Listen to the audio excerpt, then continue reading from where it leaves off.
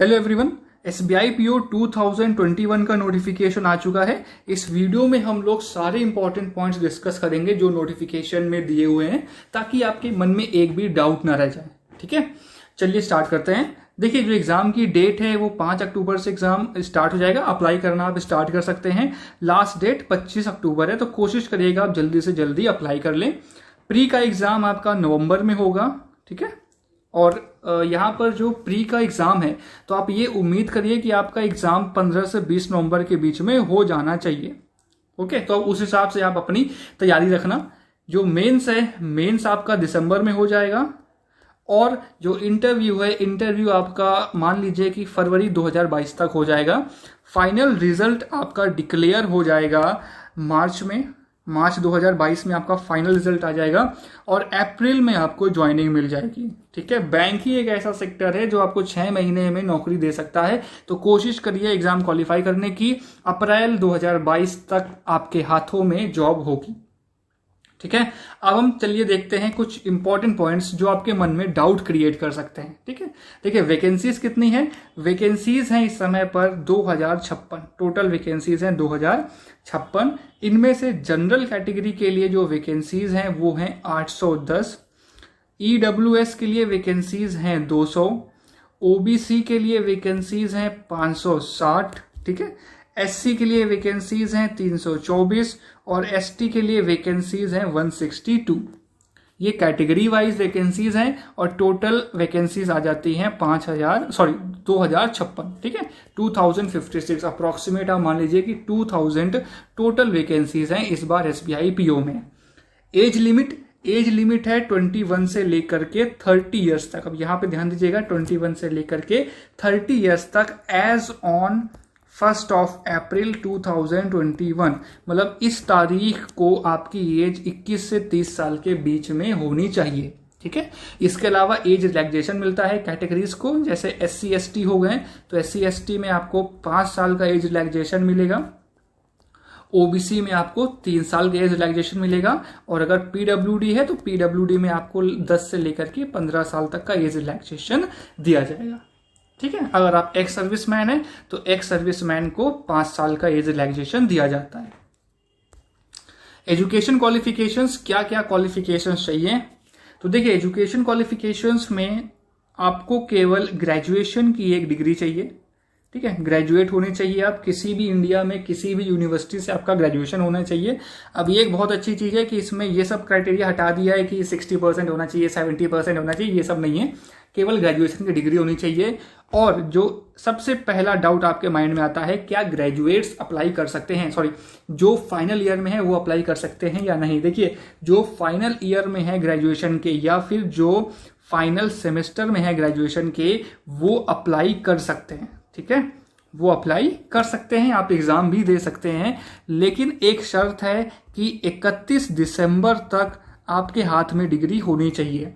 ठीक है, आप अप्लाई करिए, एग्जाम दीजिए, लेकिन 31 दिसंबर तक आपका ग्रेजुएशन कंप्लीट हो जाना चाहिए, तभी आप एसबीआई पीओ ज्वाइन कर सकते हैं। क्लियर, चलिए नेक्स्ट हम देखते हैं एग्जाम पैटर्न क्या है और सिलेक्शन प्रोसेस क्या है।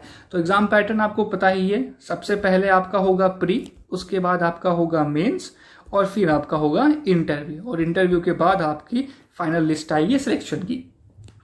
प्री एग्जाम वही हमारा जो पुराना पैटर्न है एसबीआई आईबीपीएस का। इंग्लिश होगी आपकी इसमें, ठीक है, मैथ्स होगी और रीजनिंग होगी। इंग्लिश के 30 क्वेश्चन, मैथ्स के 35 क्वेश्चन और रीजनिंग के 35 क्वेश्चन होंगे। यहाँ पे सेक्शनल टाइमर रहता है, 20-20 मिनट का यहाँ पर आपका सेक्शनल टाइमर रहेगा। ठीक है, टोटल 100 क्वेश्चंस हो जाते हैं यहाँ पर, और 1 घंटे का ये एग्जाम होता है प्री का। आपको प्री क्वालिफाई करना है। अब देखिए, जो प्री है ना, प्री केवल क्वालिफाइंग होता है, और प्री के मार्क्स नहीं जुड़ते हैं फाइनल मेरिट लिस्ट में। क्लियर, जो फाइनल मेरिट लिस्ट बनती है वो केवल और केवल मेंस के एग्जाम से बनती है। अब प्री आपका हो गया।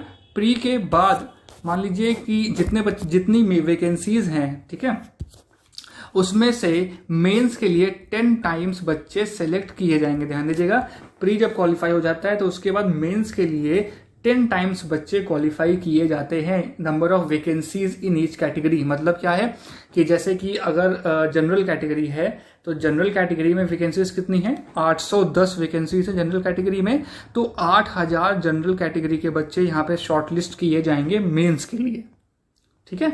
इसी तरीके से कैटेगरी बाय कैटेगरी जितने भी यहाँ पर वैकेंसीज होती हैं उतने बच्चों को शॉर्टलिस्ट किया जाता है। एक और इम्पॉर्टेंट बात है वो आपको ध्यान देना है कि सेक्शनल कट ऑफ हटा दिया गया है।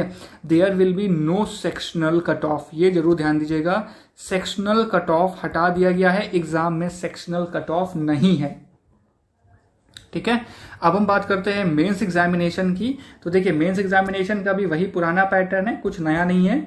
आपका मेंस में रहेगी इंग्लिश रहेगी, मैथ्स रहेगी जिसे हम लोग डीआई बोलते हैं, डीआई और डेटा एनालिसिस और इंटरप्रिटेशन। फिर आपकी रीजनिंग रहेगी, इसी में कंप्यूटर जोड़ देते हैं, और आपकी यहाँ पर जीए रहेगी, ठीक है। ये 4 सेक्शंस आपके रहेंगे।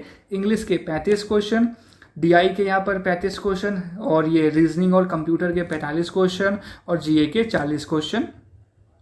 इंग्लिश 40 नंबर की आती है, डीआई 60 नंबर की आती है, रीजनिंग 60 नंबर की, और जीए 40 नंबर की। तो टोटल जो आपका एग्जाम होता है वो होता है 200 मार्क्स का, और ये 3 घंटे का पेपर होता है, ठीक है। बहुत ही लंबी पेपर है, 3 घंटे तो बैठा नहीं जाता एग्जाम में, है ना। लेकिन फिर भी आपको 3 घंटे बैठकर एग्जाम में देना ही पड़ेगा। मेंस के बाद आपका यहाँ पर डिस्क्रिप्टिव एग्जाम होता है, ठीक है। डिस्क्रिप्टिव का जो ड्यूरेशन है वो 30 मिनट है। डिस्क्रिप्टिव पेपर की 30 मिनट ड्यूरेशन है, मेंस के बाद ही आपको देना है।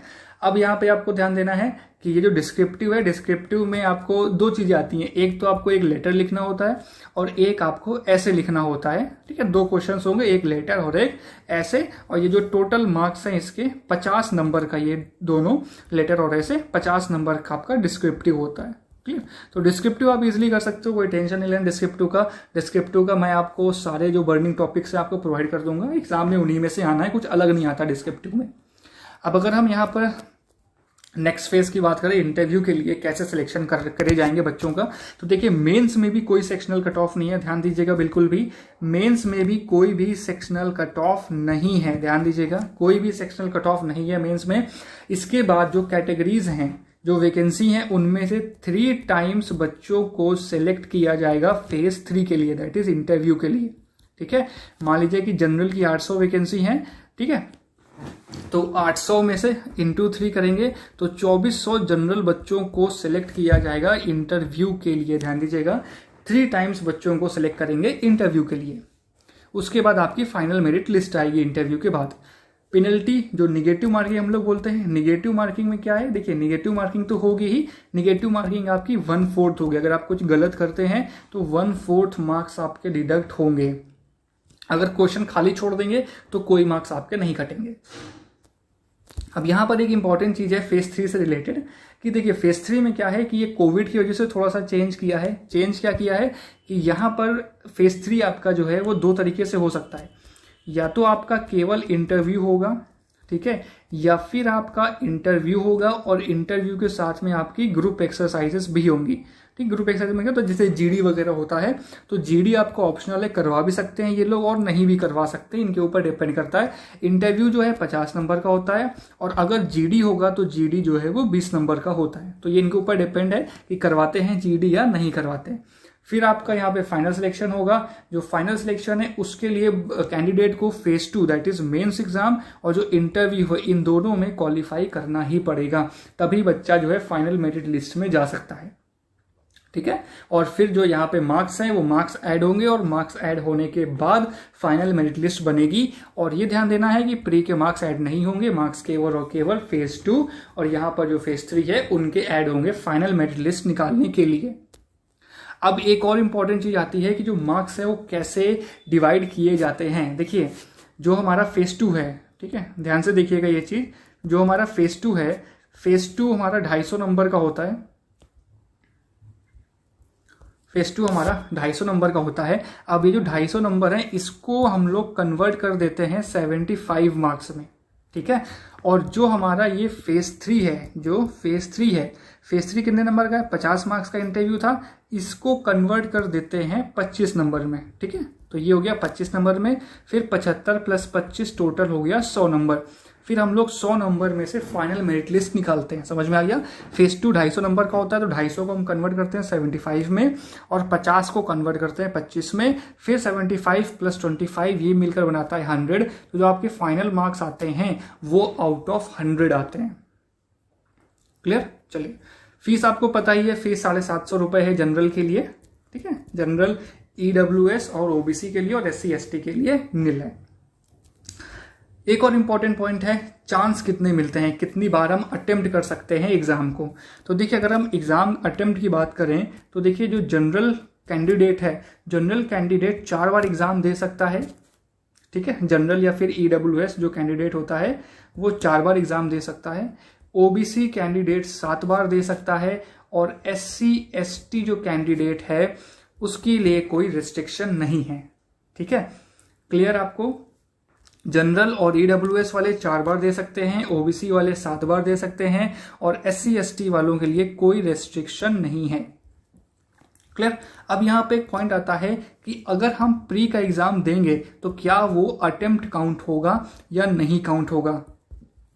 तो देखिए, अगर आप प्री का एग्जाम देंगे तो केवल प्री का एग्जाम देने से आपका अटेम्प्ट काउंट नहीं होगा। आपका अटेम्प्ट तभी काउंट होगा जब आप मेंस का एग्जाम देने जाएंगे। अगर आप मेंस का एग्जाम नहीं देंगे तो आपका अटेम्प्ट काउंट नहीं होगा, ठीक है। प्री का अटेम्प्ट काउंट नहीं होता है। प्री आप चाहे जितनी बार दीजिए, अटेम्प्ट केवल और केवल मेंस एग्जामिनेशन का काउंट होता है। ये एक बहुत ही बड़ा डाउट है जो हर बच्चे के मन में आता है। तो